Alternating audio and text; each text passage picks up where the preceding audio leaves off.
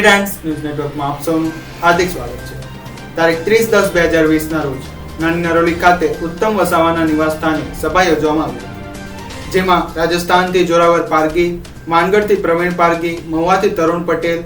સુરેશ ખાપરિયા, ઠાકોર ચૌધરી, નાગદરાથી રમણ પટેલ, વ્યારાથી સુરેશ ગામિત, આશાભાઈ ચૌધરી તેમજ બારડોલીથી ભૂપેન્દ્ર ચૌધરી અને બીજા ઘણા બધા લોકો મોટી સંખ્યામાં પધાર્યા હતા। આજની સભામાં ઉત્તમભાઈ વસાવાના નિવાસસ્થાને નાની નરોલી ખાતે સભા યોજવામાં આવી હતી, જેમાં સુરત, બારડોલી અને માંડવી માટે 5 વ્યક્તિઓને બિલ ફેડરેશન ઓફ ઇન્ડિયાના હોદ્દા આપવામાં આવ્યા હતા, જેમાં સુરત જિલ્લાના ઉપપ્રમુખ તરીકે સુકાભાઈ રાઠોડ, બારડોલી તાલુકાના પ્રમુખ તરીકે સંદીપભાઈ ગામિત,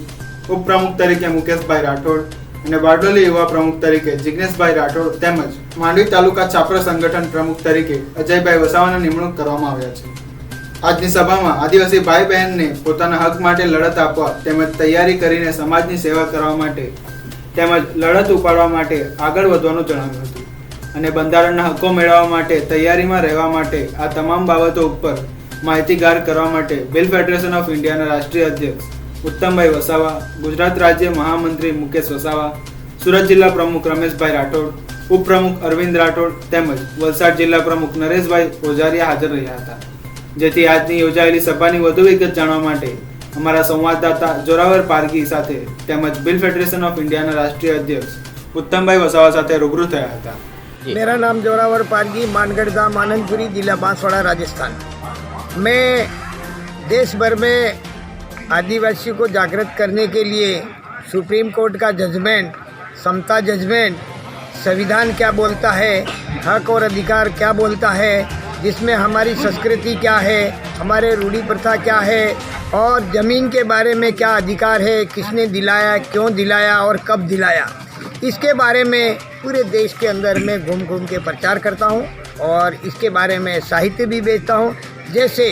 5वीं अनुसूची है, 6ठी अनुसूची है और संविधान की 244 की धारा क्या बोलती है, 19 का क्या बोलता है और संविधान क्या बोलता है, सुप्रीम कोर्ट क्या बोलता है। यदि सुप्रीम कोर्ट के जजमेंट को और संविधान को नहीं मानता है तो केंद्र सरकार कहती है कि संविधान को नहीं मानता है वो देशद्रोही है। तो मैं फिर मेरे बारे में कोई पूछ लेता है कि भाई तुम क्यों प्रचार करते हो, तो मैंने कहा संविधान के बारे में मैं बात करता हूँ, सुप्रीम कोर्ट के जजमेंट के बारे में बात करता हूँ, 5वीं और 6ठी अनुसूची के बारे में बात करता हूँ और संविधान को नहीं मानता है तो उसके खिलाफ में मैं FIR दर्ज कराता हूँ। तो ये भारत सरकार भी बोलती है कि संविधान को नहीं मानता है वो देशद्रोही है। इसी तरह से हमारे जल, जंगल, ज़मीन का हक अधिकार है, हमारे पानी का हक अधिकार है, हमारे भूमि का अधिकार है। हमारे सुप्रीम कोर्ट जजमेंट बोलती है कि इस देश का मालिक आदिवासी है। ऐसा इसीलिए मैं देश भर में साहित्य बेचता हूँ और मेरा स्वार्थ भी सिद्ध हो जाता है और आम के आम और गुठली के दाम। जय जोहार, जय आदिवासी। जी, जय आदिवासी, जय जोहार, जय भीम। हूँ Uttambhai Somabhai Vasava, Bhil federation of India राष्ट्रीय अध्यक्ष તેમજ સમસ્ત આદિવાસી ઉન્નતિ મંડળ આજે 30/10/2020ના નાની નરોલી મુકામે જે સેમિનારનું આયોજન કર્યું છે, આ સેમિનાર છેલ્લા 12 વર્ષથી હું નાની નરોલી મુકામે ચલાવું છું અને આ સેમિનાર સંવૈધાનિક હક અધિકારની લડત જે છે એ અમારા ST/SCની જે બંધારણ અધિકાર છે એ બંધારણ અધિકાર સરકારે આજ દિન સુધી અમલીકરણ નથી કર્યું, જેથી કરીને અમારા સમાજના નવયુવાનો આજે ભણેલા ગણેલા હોવા છતાં બેકાર છે અને અમારા સમાજના લોકોને આજે ન્યાય નથી મળતો, અમારા સમાજના લોકોને આજે નોકરીઓ નથી મળતી અને અમારા સમાજના લોકો આજે ગુલામી તરફ ઢકેલાઈ રહેલા છે। આ દેશ આઝાદ થયો 73 વર્ષ થઈ ગયા,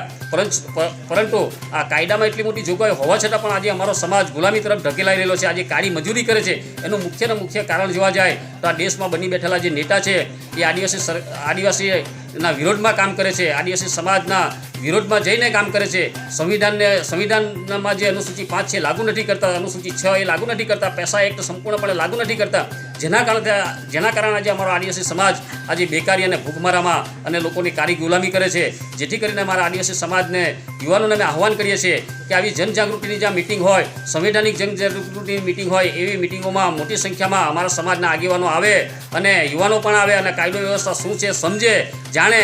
અને આ જે મુવમેન્ટમાં સાથ સહકાર આપે એવું અમે અમારા સમાજ પાસે અપેક્ષા રાખીએ છીએ અને આ ભીલ ફેડરેશન ઓફ ઇન્ડિયાના માધ્યમથી અમે અમારા સમાજને આહવાન કરીએ છીએ કે કાયદો અને વ્યવસ્થા શું છે એ જાણવા માટે આવે અને આ સરકાર આવનારા દિવસોની અંદર અમારો જો કાયદો અનુસૂચિ 5 અને 65 સંપૂર્ણપણે ન લાગુ કરે તો અમે અમારા સમાજના લોકો અલગ સ્ટેટની ડિમાન્ડ કરવાના છે સરકાર પાસે અને સરકાર અલગ સ્ટેટ પણ અમને ન ફાળવી આપે તો આનું આવનારા દિવસોમાં મોટું આંદોલન થવાનું છે જે સરકારશ્રી નોંધ લે અને અમારા સમાજને ન્યાય આપે. આ ભીલ ફેડરેશન ઓફ ઇન્ડિયાના માધ્યમથી અમારી લડત અવિરતપણે ચાલુ રહેશે અને આવનારા દિવસોની અંદર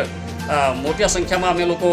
આ આંદોલનમાં જોડાવાના છે. આજે પણ મોટી સંખ્યામાં લોકો ઉમટ્યા છે અને વલસાડ જિલ્લા તેમજ તાપી જિલ્લા અને આજુબાજુના ઉમરગામથી અંબાજી સુધીના મોટાભાગના તાલુકામાંથી આજે યુવાનો અને વડીલો અહીંયા પધાર્યા છે અને આવનારી 30 તારીખની સેમિનારમાં પણ મોટી સંખ્યામાં લોકો આવે અને કાયદો વ્યવસ્થા શું છે એનું જાણે અને આ સેમિનારની અંદર બપોરે જમવાનું પણ આપીએ છીએ અને સાંજે 4 વાગે ચા પણ અમે અમારા સમાજના લોકોને આપીએ છીએ. એટલે જમી કરીને અમે લોકો સમાજની મુવમેન્ટ ચલાવીએ જેથી કરીને અમારો સમાજ આગળ આવે અને આવનારા દિવસોમાં કાયદા વ્યવસ્થા જાણે એ બાબતે અમે સરકારશ્રી પણ અપેક્ષા રાખીએ છીએ કે અમને ન્યાય આપે અને અન્યાયને અત્યાચાર ન કરે અને આવનારા દિવસોમાં અમારો કાયદો લાગુ કરે એ પ્રમાણે અમે સરકારશ્રી પાસે અપેક્ષા રાખીએ છીએ. જય આદિવાસી, જય જોહાર, જય ભીમ.